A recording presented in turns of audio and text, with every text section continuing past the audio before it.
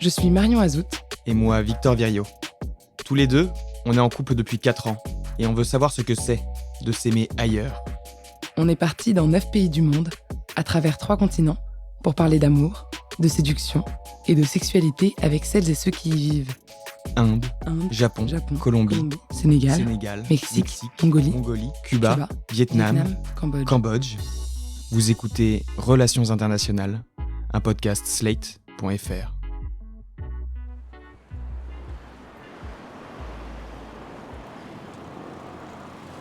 Il est 6h du matin à Ulaanbaatar. Après 25 heures de trajet, la fatigue laisse place à l'excitation. Une légère brise nous accueille, on monte dans un taxi, et sur le trajet depuis l'aéroport, on perçoit l'ambiance de la ville qui se réveille. Les lève-tôt commencent leur journée, des grands immeubles gris identiques aux 1000 petites fenêtres laissent deviner leurs appartements uniformes. Tout est calme, et les grandes centrales industrielles du bord de la ville dégagent une épaisse fumée dans le ciel bleu de la capitale. Le taxi nous dépose en bas de chez Moon, notre premier rendez-vous. Moon nous accueille dans son studio du 19e étage. C'est là que nous allons passer une semaine. On comprend rapidement qu'on va dormir à même le sol, entre ses enfants et 2 de ses amis. Dans l'unique pièce, ça crie, ça court et ça rigole. Moon râpe du fromage assise sur le tapis. Son fils tente de s'enlever des crayons de couleur du nez et sa fille colorie. Moon gère sa maison et ses enfants d'une main de fer. On se surprend nous-mêmes à baisser les yeux quand d'un regard, elle les recadre froidement. Moon est toute seule, elle s'occupe de tout.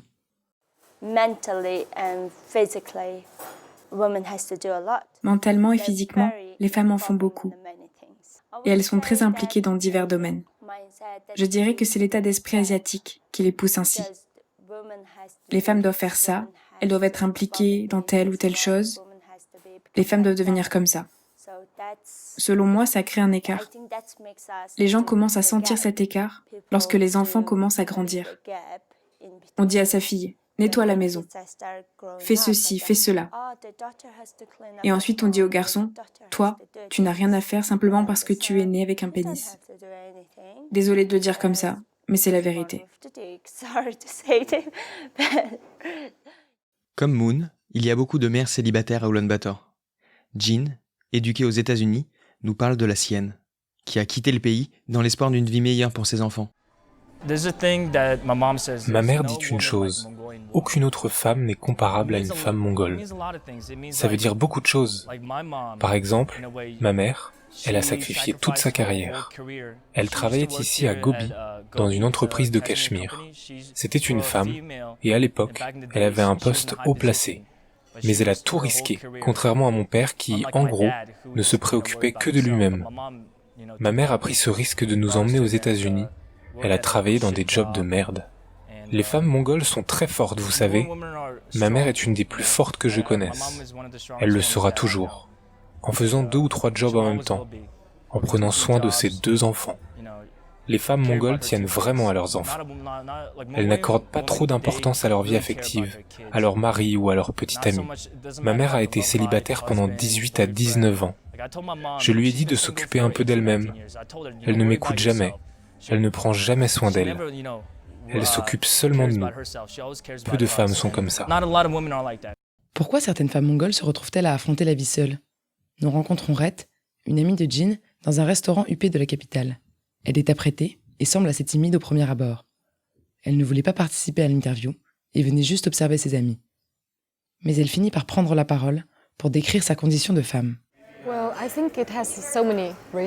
Je pense que les raisons sont nombreuses, mais je veux m'attarder sur une en particulier, parce qu'il le faut, vous voyez.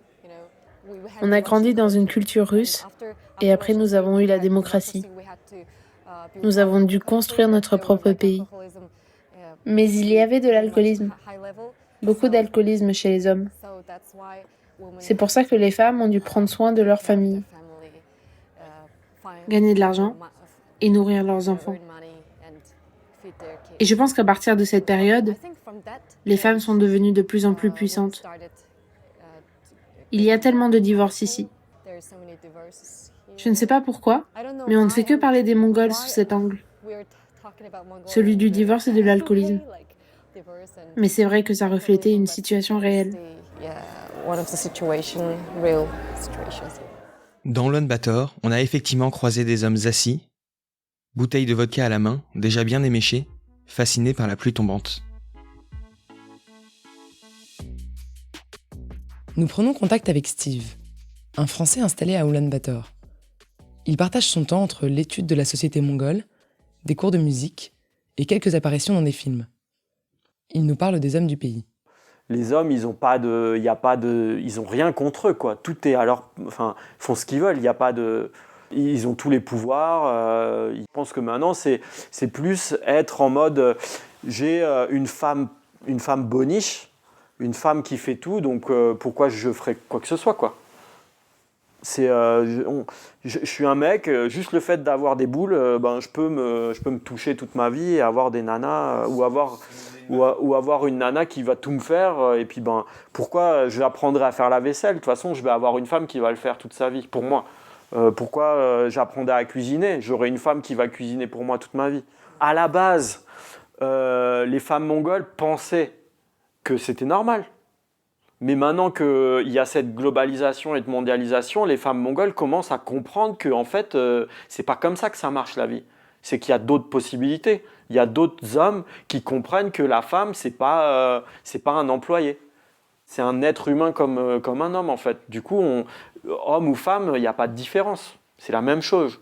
Et du coup, le fait qu'il y ait cette prise de conscience, les femmes mongoles, très souvent, elles n'ont plus vraiment envie d'être avec des mecs mongols. Parce qu'elles n'ont pas envie d'être des femmes boniches. C'est exactement pour ça qu'en 2016, Moon a divorcé. La raison principale, c'est que je ne pense pas que mon mari soit très utile dans ma vie ou pour mes enfants. Il n'a jamais été un excellent mari, ni un bon père. Il ne m'a pas montré l'amour que je pensais mériter. Et lorsque mon plus jeune fils est né, il est tombé malade. Il n'est jamais venu. Et il n'était pas présent pour notre famille au moment où on en avait véritablement besoin. Donc j'ai commencé à me dire qu'il n'était pas un super père ni un super mari.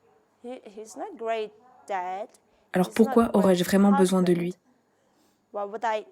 Donc j'ai fini par remplir les papiers et j'ai pris la décision de divorcer. Beaucoup de mes proches me disaient que j'étais stupide, que personne ne devrait divorcer avec 3 enfants. Mais moi, je suis heureuse de mon choix. Heureuse de son choix. Ce n'est pas forcément le cas de tout le monde, comme nous le confie Duka, un Mongol presque trentenaire qu'on a rencontré via Facebook. Il y a 5 ans, quelques semaines après une nuit un peu trop arrosée, il reçoit un coup de téléphone. Sa conquête d'un soir est enceinte. Je suis célibataire, tout seul avec moi-même. Mais j'ai un fils de 5 ans. J'ai rencontré sa mère à une fête où il y avait mes amis, tous mes amis et même mes amis du travail. On venait de se rencontrer, on était sous et on a couché ensemble. Ensuite, elle m'a appelé pour me dire « Salut, je suis enceinte ». Mais je ne la connaissais pas vraiment, moi. Donc je n'imaginais pas qu'on puisse vivre ensemble. Je ne connaissais même pas son nom, donc je lui ai dit que je ne pouvais pas l'aider. Elle a voulu garder l'enfant. Elle a pris cette décision et le bébé est né. Ça a été très dur pour moi. À l'époque, j'étais si jeune, seulement 22 ou 23 ans, un gamin en fait. C'était difficile pour moi. Encore aujourd'hui, je n'ai aucune responsabilité en tant que père. Je n'ai toujours aucun véritable lien avec lui. Parce que je n'ai pas connu le bébé pendant qu'il grandissait, je l'ai seulement rencontré à ses 5 ans. Dans le groupe d'amis de Rhett et Jean, on se montre très critique envers celles et ceux qui ne prennent pas leurs responsabilités côté sexe. Rune, un 3e de leurs amis, pense que cela vient d'un manque d'éducation. Je n'ai reçu aucune éducation sexuelle en grandissant. J'ai dû me débrouiller par moi-même, en ligne, grâce à Internet. On avait honte, on était gênés de parler de sexe et de tout ça, vous comprenez? La plupart de mes amis du collège ou du lycée, qui ont le même âge que moi, environ 23 ans, sont déjà en train de divorcer. Et je pense que c'est parce qu'ils étaient franchement ignorants. Ils n'avaient pas assez d'informations sur le sexe et ce genre de choses. Ils se disent juste « Ok, essayons de coucher ensemble ». Et ensuite, une femme tombe enceinte. Ça arrive souvent. Et quand ils découvrent qu'elles sont enceintes, ils s'enfuient parce qu'ils ont peur. Ils ne sont pas capables de prendre leurs responsabilités.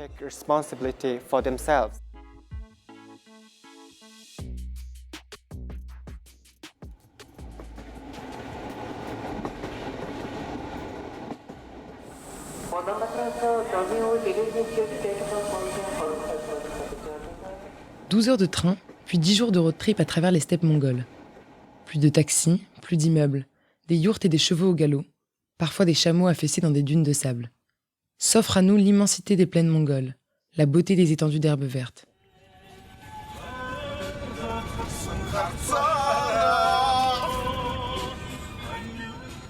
Nous sommes avec Duka, dans le van de ses amis. Les fenêtres ouvertes laissent entrer une légère brise, pendant que la même musique pop mongole passe en boucle sur le poste radio. Les gars rigolent et se passent des shots de vodka sur la banquette arrière. On s'arrête à Kovd.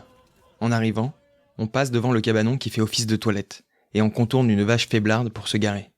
Nous sommes chez Badbold et Ensteg, l'oncle et la tante de Duka. Elle est professeure d'art et lui chauffeur routier. Ensteg nous accueille. Ses filles sont à la cuisine pendant qu'on s'installe au salon avec Duka et sa bande. On est tous assis les uns à côté des autres sur un canapé d'angle, et les femmes de la maison nous apportent à boire et à manger. On a l'obligation de se laisser servir. Impossible de les aider.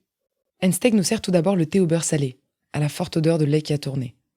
Puis vient le kouroud, un fromage séché au goût très prononcé, qu'on essaye de masquer en mangeant de l'orum, une crème de beurre. On va être honnête, ce n'est pas trop à notre goût. On boit quand même le thé en entier, par respect. Badbold, le mari, nous rejoint pour le déjeuner. Il s'installe sur le canapé. Sa chemise est déboutonnée et laisse apparaître son ventre proéminent. Il nous distribue des bouts d'agneau qu'il découpe à même l'os avec son couteau fétiche. Ce n'est qu'à la fin du repas qu'Ensteg sort de la cuisine pour nous rejoindre. Elle est mariée depuis 30 ans avec Badbold, qu'elle a rencontré dans le village d'à côté. Elle ne veut pas raconter leur histoire d'amour, ni être enregistrée, mais nous parle de ses filles. Elles sont profs, comme elle, ou bien ingénieures, médecins ou étudiantes. Des parcours brillants. Ensteg nous montre avec fierté le portrait familial accroché au mur. Sur la photo, ses gendres sont assis. Ses filles sont debout, l'une d'elles porte sa tenue de travail, sa blouse de docteur. Elles encadrent leur famille. L'image est forte. Ici, ce sont les femmes qui mènent la danse. On continue notre traversée vers l'ouest de la Mongolie. Sur la route, les yourtes sont éloignées de plusieurs kilomètres. Impossible de trouver son âme sœur par hasard. Entre l'élevage des bêtes, les températures polaires et la gestion du camp, mieux vaut être sûr de son ou sa partenaire.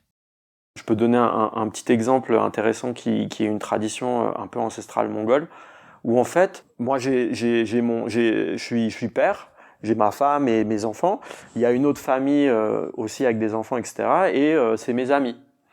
Et donc du coup, pendant l'été, comme il y a beaucoup d'herbes, on se rapproche les uns des autres.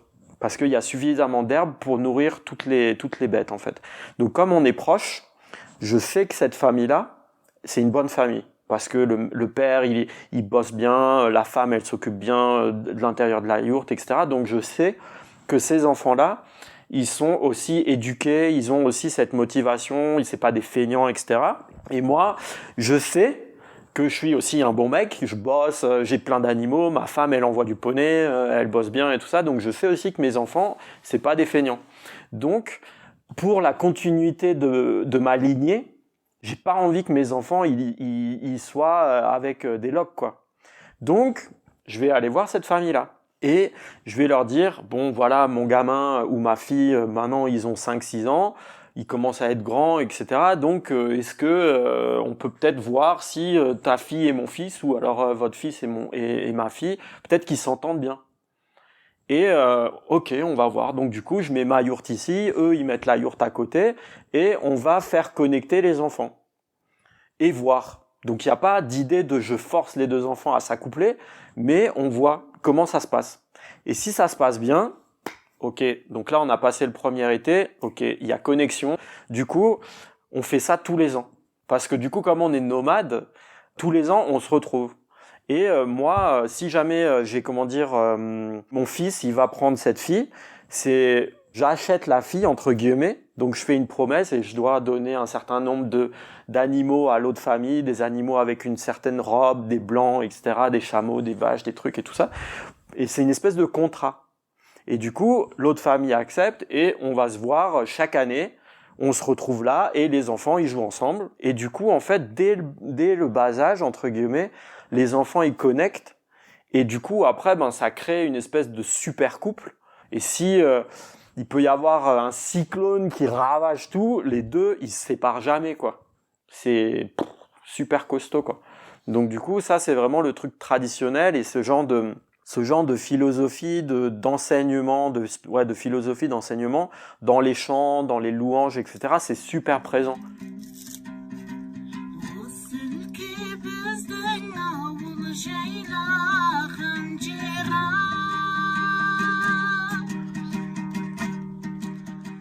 À la fin de notre road trip, nous sommes hébergés par Omarzak et Maïgoul, un couple de nomades vivant à la frontière avec le Kazakhstan.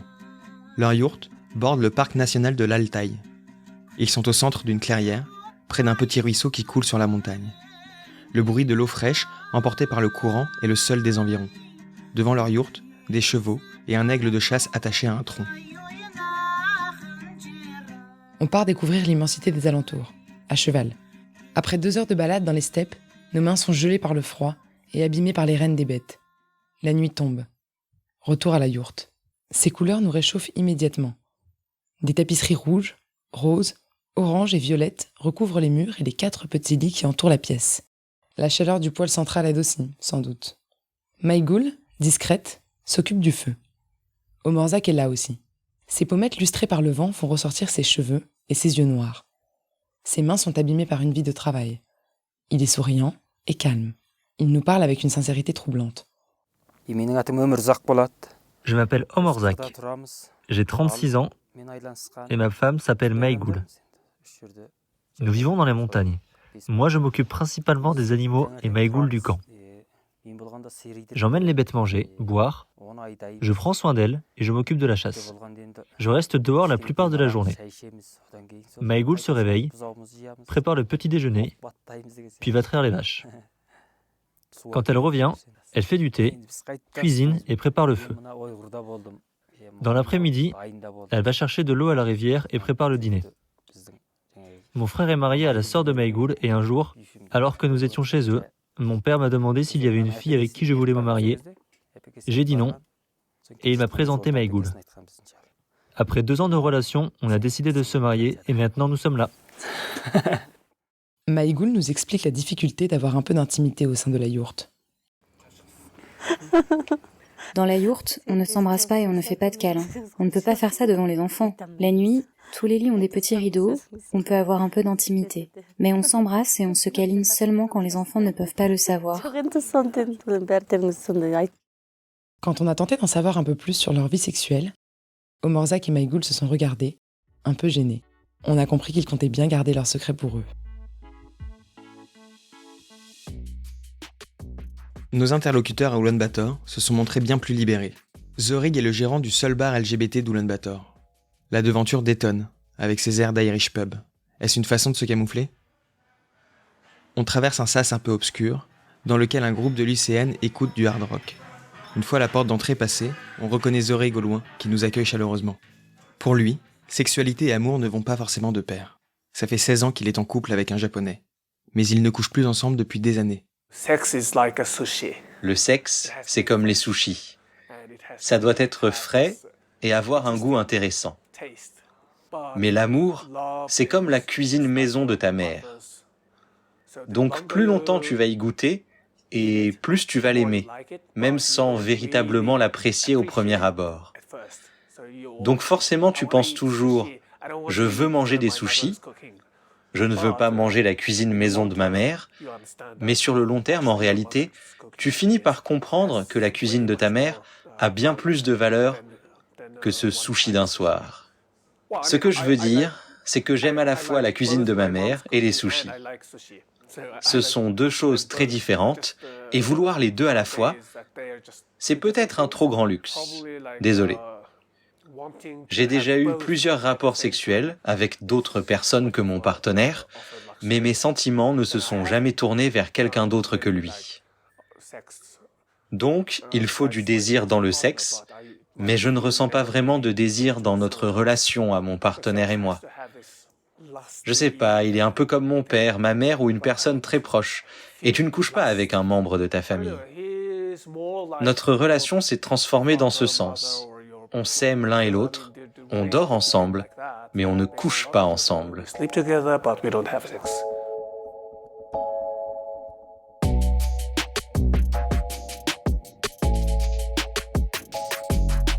Vous venez d'écouter Relations internationales, un podcast de Marion Azout et Victor Viriot, produit et réalisé par Slate.fr, sous la direction de Christophe Caron et Benjamin Septem-Ours, avec Aurélie Rodriguez. Retrouvez tous les épisodes de Relations internationales sur Slate.fr ou sur votre application de podcast préférée. Si ce podcast vous a plu, n'hésitez pas à vous abonner et à le partager. Un merci tout particulier à Isabelle et Nathalie, Vincent et Stéphanie, Annie-Claude et Maya pour leur soutien.